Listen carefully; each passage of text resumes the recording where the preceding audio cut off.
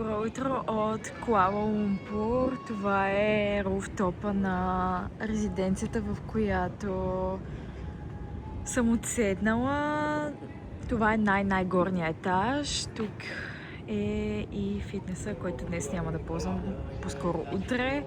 Днес съм си го оставила за климатизация и ще ходя да се разходя. На долния етаж има и басейн. Уви, беше пълен с деца и като цяло не беше много приятен и не отговаряше на снимките, но да, тук има като пространство и за работа. Тук днес се пада. Всъщност тя беше вчера официално китайската нова година и понеже в Малайзия има много голямо китайско влияние, мисля, че 30% от населението на Куала Лумпур са китайци и така е украсено на много места. Това е тук кварталния мол до резиденцията ми и днеска включително много неща не работят. Аз си бях набелязала няколко кафенета и матча места и всичките са затворени. Надявам се следващите дни вече да се нормализира работното време. Тук имат много видове градски транспорт. Можах, честно казвам, да се ориентирам, но това мисля, че е като в Банкок метрото, което е над земята. И ето така, с жетони работи. Може да плащате с карта, просто са от машина.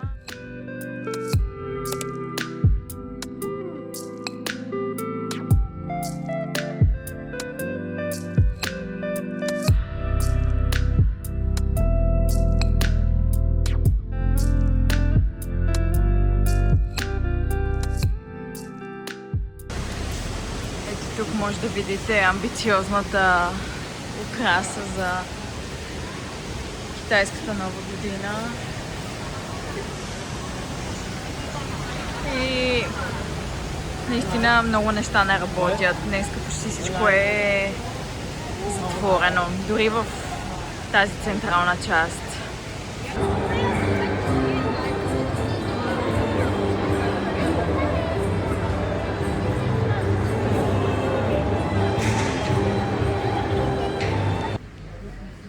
Това е един магазин, за който бях чувала от TikTok. Вкарват най-различни продукти, като мисля, че повечето са японски, но предполагам, че като цяло азиатски. И е Snacks Heaven. Като цени, честно казано, до сега никъде не ми е направил впечатление да е ефтино. Ето, примерно, тези ядки за някаква... Само да изложи, да ви фокусирам. Не знам колко грама са. Не са много, 60 грама. Струват 11 лева. Освен ако нещо аз не смятам грешно, но по-скоро не. Това не е нещо, към което може да направим добро сравнение, ама ето това примерно са някакви малки соленки, 30 грама даже няма и се връзват около 4 лева. На мен това ми се струва много, при положение, че тези неща тук би трябвало да са много ефтини. Аз поне така очаквах. Но ако случайно ви е интересно, поне да разгледате, магазина се казва Don Doki. В момента съм в KLCC парк. То се превежда буквално Куала Лумпур Сити Център. И на фон виждате известните Петронас кули.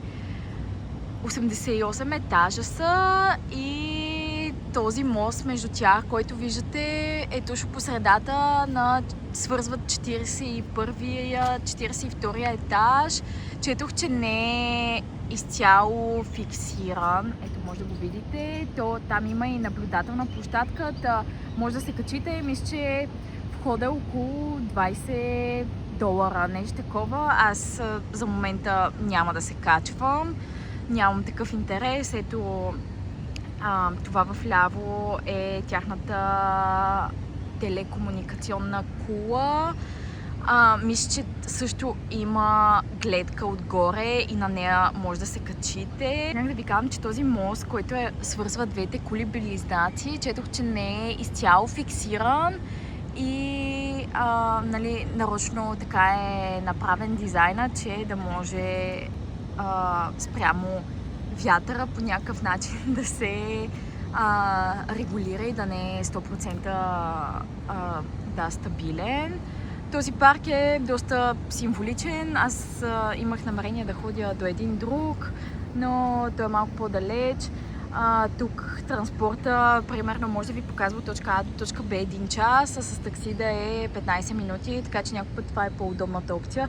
Ето виждате, има някакви алеи, но парк, силно казано, аз би го нарекла спрямо стандартите на българските паркове, че това е градина, но пак е приятно зелено пространство на фона на небостъргачите наоколо. Куала Лумпур също е пълен с най-различни молове и също до кулите. Даже мисля, че в самите кули има мол. Сега ще се насоча на там и ще видим коя е следващата ми спирка.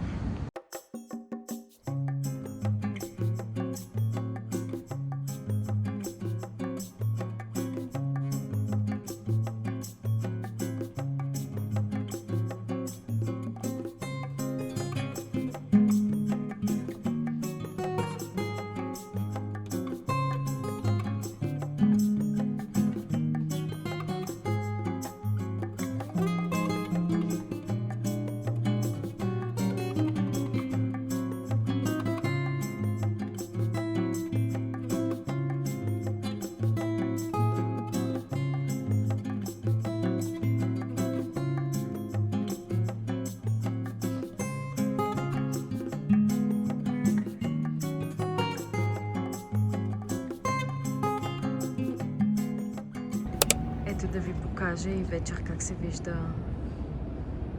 от терасата гледката. Даже бих казала, че е по-красиво. Седнах на традиционно заведение, искам да ви покажа менюто, просто кое е по-зле. Имам трудността с местните кухни, принципно обичам да пробвам различни неща, ама подобно като в Сингапур миналата година. Ако ям на такива места, ще си остана гладна. Взех си рибата да пробвам. Аз мисля, че бях пробвала нещо подобно миналата година, пак така в Сингапур, и беше страшно лютиво. То даже тук си пише, че има по скалата на лютост е 3. Аз помолих да е по-малко. Не съм сигурна, че ще ме послуша. Това е наси лемак. Традиционното ястие на Малайзия. Може би трябваше него да го пробвам, просто не ми се ядеше пиле, но ето, има страшно много опции. Всичките ми изглеждат еднакви. Отличава се, че е с кокосов ориз. Може би ще го пробвам следващите дни. И тук някакви супер странни десерти. Аз исках да си взема някаква гарнитура, ама и те, аз даже не мога да ги разбера. Ето вижте какви са. Муж на английски ги пише, ама не всички. Тук има някакви снимки. Какъв е този мъфин сега? Сладък ли е? Солен ли е? Тук наистина не е за претенциозни хора. Аз не се считам за претенциозна и пак просто тези местни кухни не са ми грам по вкуса. Та така, ще ви апдейтна как е. Ето. Може да видите атмосферата. Не е нищо впечатляващо. Не искам да звуча претенциозно, но наистина ужасно изглежда. Ако сте в района на Петронас Тауърс вечерта, ви препоръчвам да го съчетаете с светлинното и музикалното шоу на фонтаните, които се намират пред мола. Започва в 8 часа вечерта на всеки половин час, чак до 9:30. След несполучливата вечеря си взех да пробвам традиционен млечен чай. Буквално е черен чай с мляко, просто мисля, че е малко по-различно мляко, защото видях, че го вадят от кенче и го присипват по един специфичен начин. Аз в Сингапур бях снимала точно как става, но не е кондензирано мляко, защото не е сладко. Аз специално си взех версията без захар. Те имат много такива традиционни напитки, мисля, че са с китайско влияние, но да, не мога да ги запомня всичките. Това специално учудващо, защото не е лошо. Така продължавам към следващата дестинация. Това е известния мост Салома Линк се казва и свързва две части на Куала Лумпур. Той е съвсем нов. Мисля, че 2020 четох, че са го направили и пак си е такава туристическа атракция. Да, интересно е да се види и то най-вече вечер, защото има така като символично светлинно шоу на моста и е красиво на фона на кулите.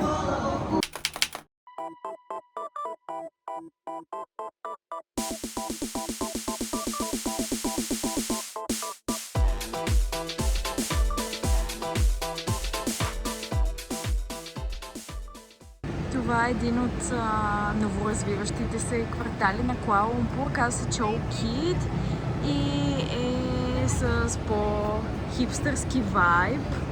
Има графити, кафенета, но ми изглежда доста празен, ако трябва да го сравна с тази ерия в Банкок, която ви бях показала. Но да, на мен ми беше на 5 минути от ето е кулата. На мен беше на 5 минути от резиденцията, така че дойдох да го видя, но иначе мисля, че е доста малко и няма кой знае какво толкова за обикаляне и за разглеждане, така че може преспокойно да го пропуснете. Сега съм се насочила към едно кафе, което е известно с техните лате арт, т.е. правят най-различни картинки върху млякото. Печелили са няколко състезания, поне това, което видях от моите проучване. Имат много хубаво кафе, пак се намират в тази ерия. Та реших, че си заслужава поне да им дам шанс.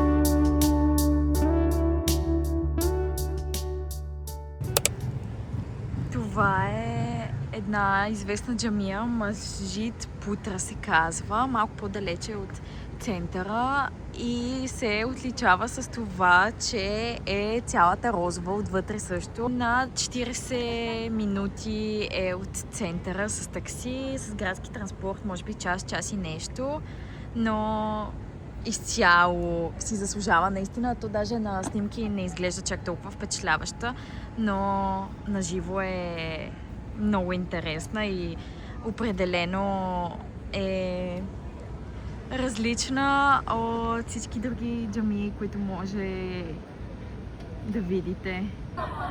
Процесът е такъв, че се регистрирате, има QR код, да отбележите от каква религия сте, откъде идвате, не знам, може би някаква статистика си водят и после за жените дават такава роба, особено ако не сте подходящо облечени, събувате си обувките и ето сега ще ви покажа как се влиза вътре.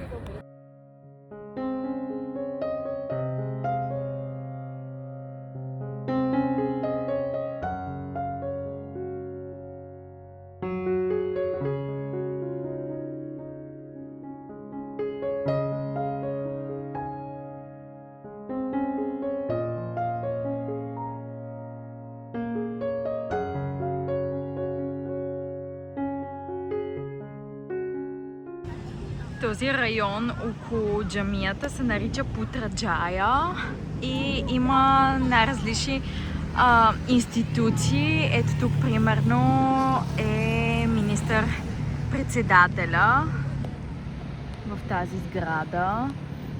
И много няма друго какво да правите, честно казано. Само такива сгради са.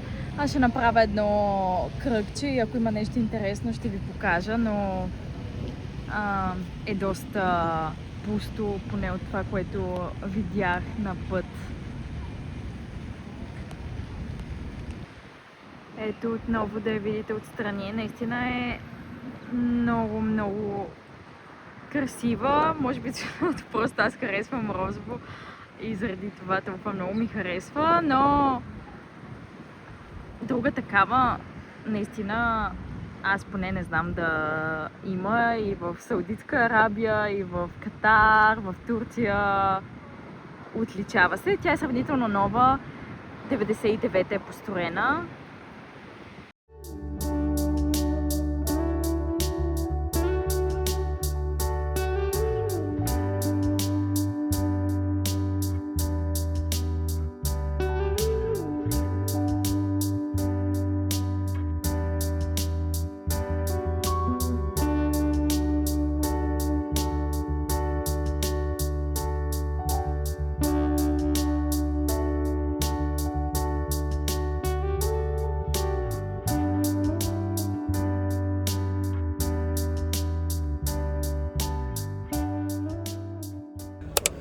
Това е един много известен ресторант. Те правят и рапове, дюнери. Казва се Дамаскус, но може и да седнете и да си поръчате от менюто. Имат страхотни неща.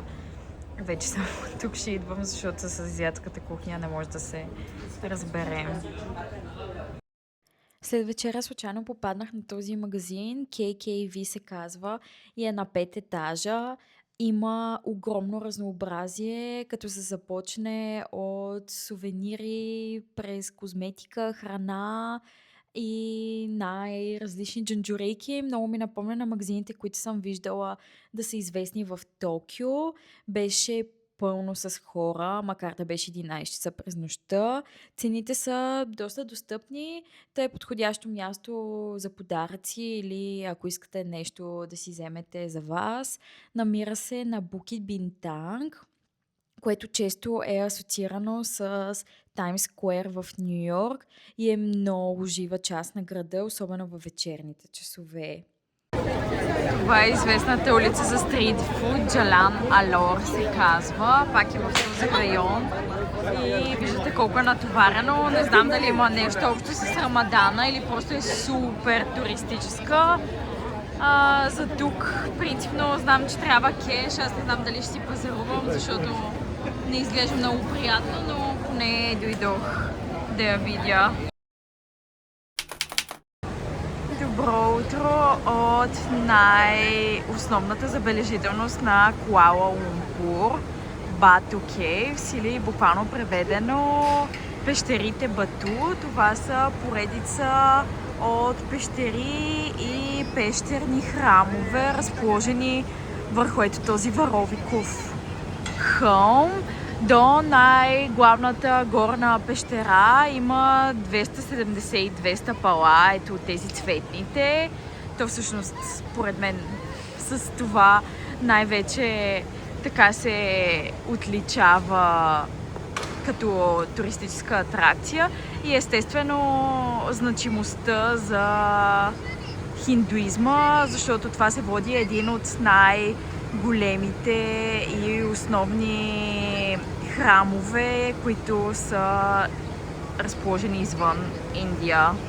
Препоръчвам ви да дойдете рано, първо заради топлината и второ да не са насъбрали още големи тълпи, защото си е много известно туристическо място. За жените раменете трябва да са покрити, също и коленете. Това е като знак на уважение към хиндуистката религия. И друго основно нещо, защо не ви записвам това видео, докато се изкачвам нагоре, има маймуни и трябва да си пазите нещата. Чувала съм, че не са чак толкова агресивни, колкото са тези в Бали, но те са непредвидими, така че да го имате задължително предвид. и да сте внимателни.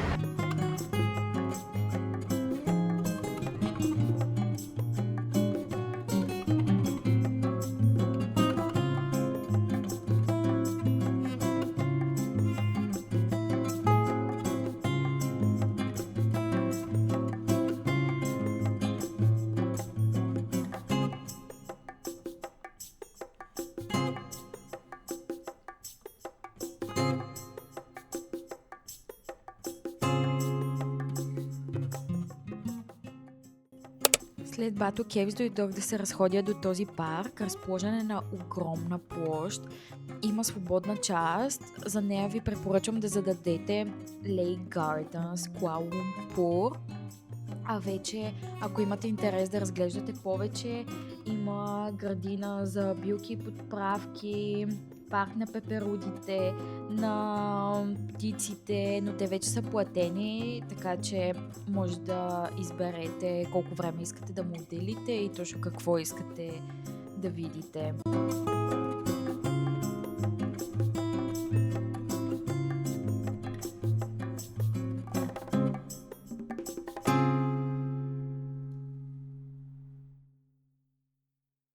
Този кокосов сладолед също е много типичен за този пазар. Аз го бях яла и в Тайланд, той май даже е тайландски, но ще го пробвам и тук да видим разликата.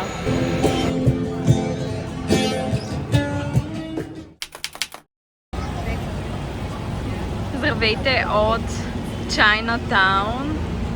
Тук е доста натоварено и сега ще ви покажа една от най-известните им улици за стритфуд и за всякакви неща. Общо взето тук мисля, че е частта с дрехи, а по-надолу започва вече храната. Това е един от най-старите, все още функциониращи хиндуистки храмове. Сри Махамария темпъл. Най-вероятно не го произнасям изцяло правилно. Но ето го. Те всичките са доста сходни, честно казано, по дизайн. Този, на който бях миналата година в Сингапур, изглеждаше по абсолютно същия начин. Даже отвътре няма да влизам, но принципно, ако искате, можете, то достъпа би трябвало да е свободен. Модерната сграда в далечината е Мердека 118. Води се втората по височина сграда в света и най-високата в Югоизточна Азия. Много е интересен контраста между класическата архитектура на Chinatown и модерния облик на сградата за фон. Това е едно от най-известните места за матча. Нико Неко се казва. Има няколко локации, но тази е най-достъпната в Chinatown. Ще пробвам да видим дали се заслужава, защото сега в Куала Лумпур не съм пробвала хубава матча, но цвета изглежда обещаващ.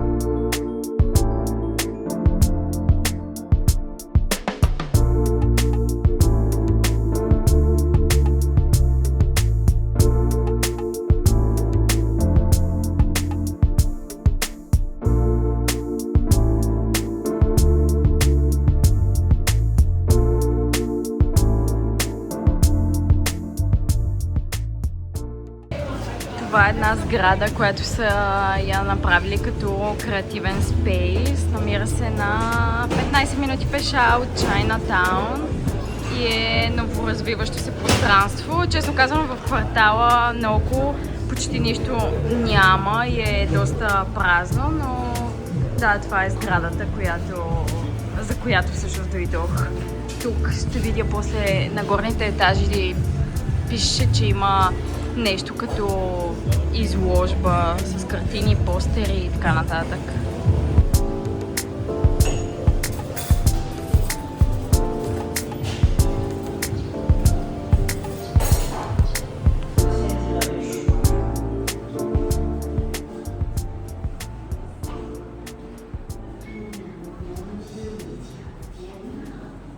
Това е една от най-големите и впечатляващи книжарници в Куала Лумпур. Ще ви оставя как се казва, защото е с леко специфично име. Пак се намира в Чайнатаун, така че може да го съчетаете. Отдолу също има интересни магазинчета. Доста креативно е направено цялото пространство и цялата сграда. Има кафе, то пак е малко по-различно, креативно. Да е интересно да се види.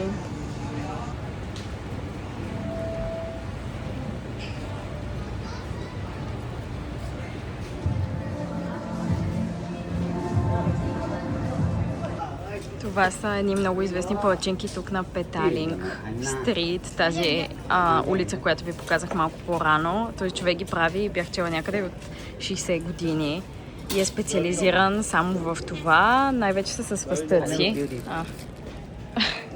Явно няма да ги направи сега, но са още топли. Това е опашката за известното домашно соево мляко. Продава се под различни форми. Мисля, че може да е пудинг, може да е мляко. Приготвят си го на място и също са много известни. Това са единствените места, които ще пробвам на този пазар, просто защото се бях подготвила предварително. Като ми дойде реда, ще мога да ви го покажа малко по-отблизо.